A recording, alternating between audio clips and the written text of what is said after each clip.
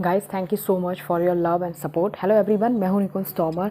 दोस्तों, कुछ लोग पूछ रहे थे सिद्धियाँ क्या होती हैं। आज इनकी पूरी डिटेल जानने वाले हैं। बहुत सारे प्रश्न इसमें आपके दिमाग में अगर होंगे तो वो सब हम इसी वीडियो में जानेंगे। क्या ये तांत्रिक लोगों को ही प्राप्त हो सकती हैं सिद्धियाँ, और ये कितने प्रकार की होती हैं, कौन सी सिद्धि किस तरह काम करती है, और बहुत सारी ऐसी चीज़ें हैं कि हम इसके द्वारा अपने शरीर को जवान रख सकते हैं, वायु में उड़ सकते हैं, इधर से उधर जा सकते हैं। बहुत सारी ऐसी सिद्धियाँ हैं। चलिए बहुत सब चीज़ों को जानने के लिए डिटेल में जानेंगे और वीडियो के अंत तक बने रहिए, तभी क्लियर समझ आएगा। चलिए स्टार्ट करते हैं। यदि हम सिद्धि के शब्द पर जाएं तो इसका अर्थ है सफलता या कार्य की पूर्णता होती है। किसी कार्य का सिद्ध करने का मतलब होता है उसे सफल प्रयासों के द्वारा पूर्ण करना। लेकिन योग और अध्यात्म में इसका अर्थ नियंत्रण यानी कि कंट्रोल के तौर पर निकाला गया है। और यदि कोई कहता है कि वह सिद्धि प्राप्त करना चाहता है तो इसका मतलब है व्यक्ति का मन, माइंड या जिस पर भी कार्य के लिए वह शक्ति प्राप्त करना चाहता है तो योगों और नियम के द्वारा खुद पर इतना कंट्रोल कर लेता है कि नॉर्मल लोगों की तुलना में उसे कठिन से कठिन काम करने में भी कोई दिक्कत नहीं होती। यदि हम एक बार पुराणों और शास्त्रों में की गई सिद्धियों की बात करें तो इसका मतलब है अपनी आत्मा की शक्ति को बढ़ाना।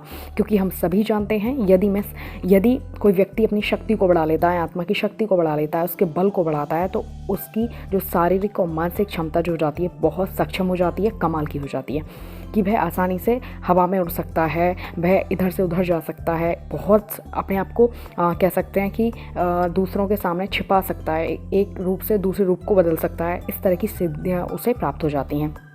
आगे बढ़ते हैं।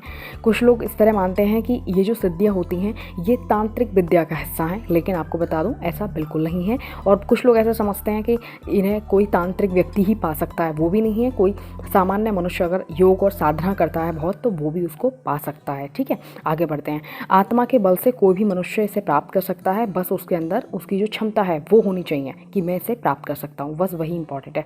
और आगे की अगर हम बात करें तो जो सिद्धियाँ होती हैं वो हज़ारों प्रकारों की होती हैं, लेकिन 16 मुख्य सिद्धियां होती हैं, ठीक है, जो आम इंसान को खास बनाती हैं। चलिए उन सिद्धियों पर नजर डालते हैं एक करके।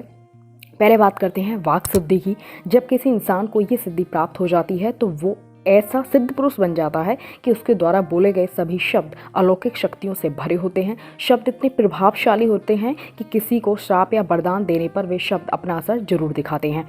उनके जो बोले वचन होते हैं वो बिल्कुल व्यर्थ नहीं जाते हैं और उनका अपना अलग प्रभाव होता है। नेक्स्ट हम बात करते हैं दिव्य दृष्टि। ऐसा कोई व्यक्ति नहीं होगा जब अगर उसने कथाएं कहानियां सुनी है या कहीं ना कहीं किसी व्यक्ति से, अच्छे व्यक्ति या महान व्यक्ति के बारे में सुना है तो ये शब्द जरूर सुना होगा, है ना, दिव्य दृष्टि। तो चलिए बात करते हैं कैसे होते हैं ऐसे मनुष्य। अगर किसी व्यक्ति को दिव्य दृष्टि प्रदान है तो वह सब कुछ देख सकता है जो साधारण मनुष्य कभी नहीं देख सकता। वह भूत, भविष्य, वर्तमान और वह सभी ऐसी घटनाओं को देख सकता है जो होने वाली हैं या जो बीत चुकी हैं। वह अपनी आंखें बंद करके हर चीज़ को जान लेता है। नेक्स्ट हम बात कर रहे हैं प्रज्ञा सिद्धि।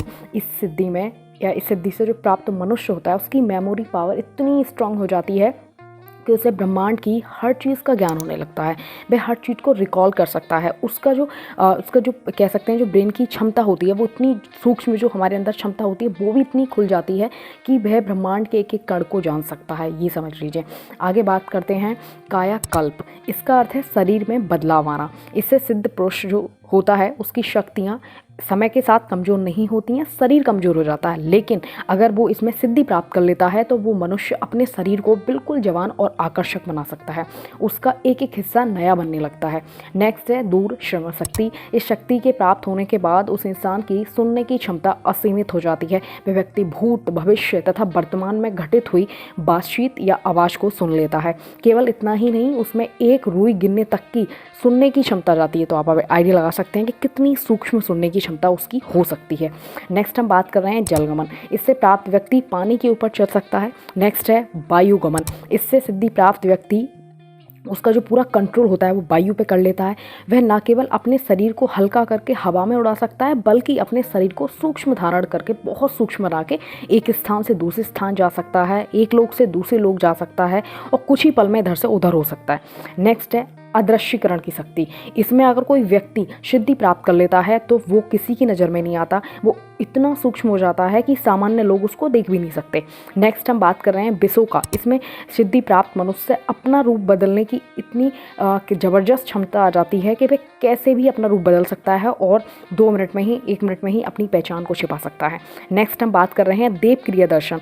इससे व्यक्ति जो सिद्धि प्राप्त कर लेता है वो सीधा ही देवी देवताओं या जो ब्रह्मांड की महान और दिव्य शक्तियाँ हैं उनके सीधे संपर्क में रहता है, और जब वो संपर्क में रहेगा तो वो शक्तियाँ भी उस मनुष्य की मदद करेंगी। नेक्स्ट है सम्मोहन की शक्ति। गाइस ये आपने पहले भी कहीं ना कहीं ज़रूर सुनी होगी। इससे जो प्राप्त व्यक्ति को ये जो सिद्धि प्राप्त हो जाती है तो वे किसी को भी अपने वश में कर सकता है या उसकी सोचने की समझने की क्षमता को अपने आप में काबू कर सकता है। और किसी व्यक्ति को ऐसा लगता है कि ये केवल मनुष्य पे काम करती है, तो ऐसा बिल्कुल नहीं है। वह व्यक्ति किसी पशु पक्षी को भी अपने काबू में करके उससे काम करवा सकता है। नेक्स्ट है गुरुत्व की शक्ति। ऐसा जो व्यक्ति होता है जैसे गुरुत्व की शक्ति प्रदान हो जाती है, वो असीमित ज्ञान का भंडार हो जाता है या ये कहें कि ज्ञान का स्रोत हो जाता है। जैसे एक गुरु के रूप में वह पूरे संसार को ज्ञान बांटता है और उसका जो ज्ञान होता है वो संसार के हित में होता है, उसके कल्याण में होता है। जैसे कृष्ण का असीमित ज्ञान ही उनको जगत गुरु बनाता है ना। नेक्स्ट बात करते हैं पूर्ण पुरुषत्व की शक्ति। ऐसा व्यक्ति निडर, साहसी, पराक्रमी हो जाता है। ऐसे व्यक्ति को कोई भी डरा नहीं सकता, उसे डर छू के भी नहीं गुजर सकता। उसमें हर प्रकार की ऐसी शक्ति आ जाती हैं कि वो बुरे शक्तियों से लड़ सकता है, दानव से लड़ सकता है। इस तरह की अद्भुत क्षमताएं आ जाती हैं। आपको बता दूं देवता भी पहले इसी तरह की सिद्धि का प्रयोग करते थे असुरों को मारने के लिए। नेक्स्ट है सर्व गुण संपन्न की शक्ति। जैसा कि इसके नाम से ही पता चल रहा है कि उस व्यक्ति में सभी प्रकार की गुणों की शक्तियाँ आ जाती हैं और वो व्यक्ति अपने जो गुण होते हैं वो लोक कल्याण के लिए, संसार के हित के लिए प्रयोग करता है। ऐसा तेजस्वी व्यक्ति मर्यादा पुरुषोत्तम कहा जाता है। तो गाइज आप समझ गए होंगे कि राम को मर्यादा पुरुषोत्तम क्यों कहा जाता था, क्योंकि वो सभी गुणों से संपन्न थे। नेक्स्ट एंड लास्ट बात करते हैं इच्छा मृत्यु की। ऐसा व्यक्ति अगर इच्छा मृत्यु में सिद्धि प्राप्त कर लेता है तो जाहिर सी बात है कि वह अपने काल पे विजय प्राप्त कर सकता है। समय उसे बांध नहीं सकता और किसी भी प्रकार की मृत्यु का जो भय है वो उसके मन में नहीं आता, वो उसको छू के भी नहीं गुजर सकता। तो गाइज आज आपने 16 प्रकार की जो मुख्य सिद्धियाँ हैं जो हमने पहले भी बताई थी उनके बारे में जाना कि क्या क्या होती हैं, इनमें किस किस तरह के व्यक्ति को सिद्धि प्राप्त होती हैं। So thank you so much guys, मिलते हैं अगली वीडियो में। और आप अगर किसी और वीडियो को आपके मन में कोई टॉपिक हो कि ये वीडियो बननी चाहिए तो आप हमें कमेंट कर सकते हैं। इसके अलावा आप हमें इंस्टा पे फॉलो कर सकते हैं।